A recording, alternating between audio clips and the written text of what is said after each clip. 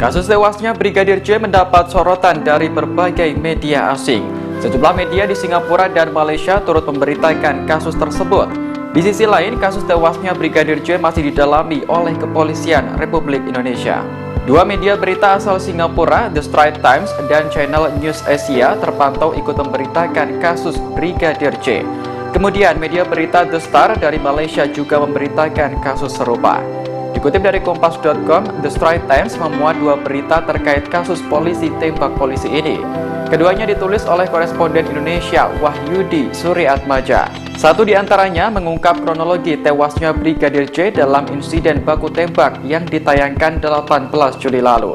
Dalam artikel disebutkan bahwa Brigadir J bertugas sebagai ajudan keluarga Irjen Verdi Sambo. Pada 8 Juli, Brigadir J mengantar istri Irjen Sambo dari Magelang ke rumah dinas di Jakarta.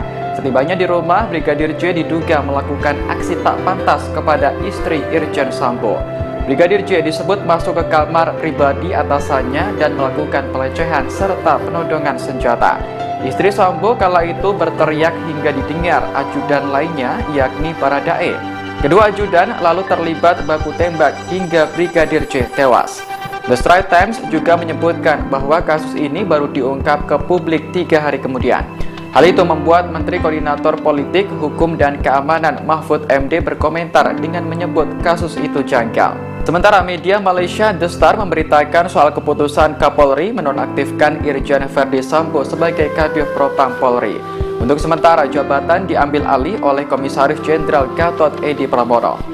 Dalam artikel juga disebutkan terkait penegasan Polri atas munculnya spekulasi janggal dalam kasus ini. Polri berulang kali menegaskan bahwa Baradae membela diri ketika terlibat baku tembak dengan Brigadir J. Meski faktanya pangkat Brigadir J lebih tinggi dari Baradae. Namun pihak keluarga Brigadir J tak mempercayai sepenuhnya penjelasan polisi.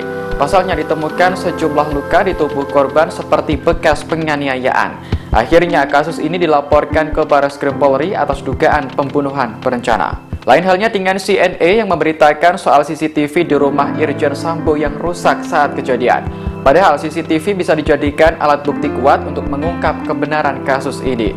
Media Indonesia melaporkan bahwa tidak ada tetangga Irjen Sambo yang mendengar bunyi letusan senjata saat kejadian. CNN juga menyebut kasus ini akhirnya berbuntut panjang lantaran muncul spekulasi lain dari pihak keluarga korban.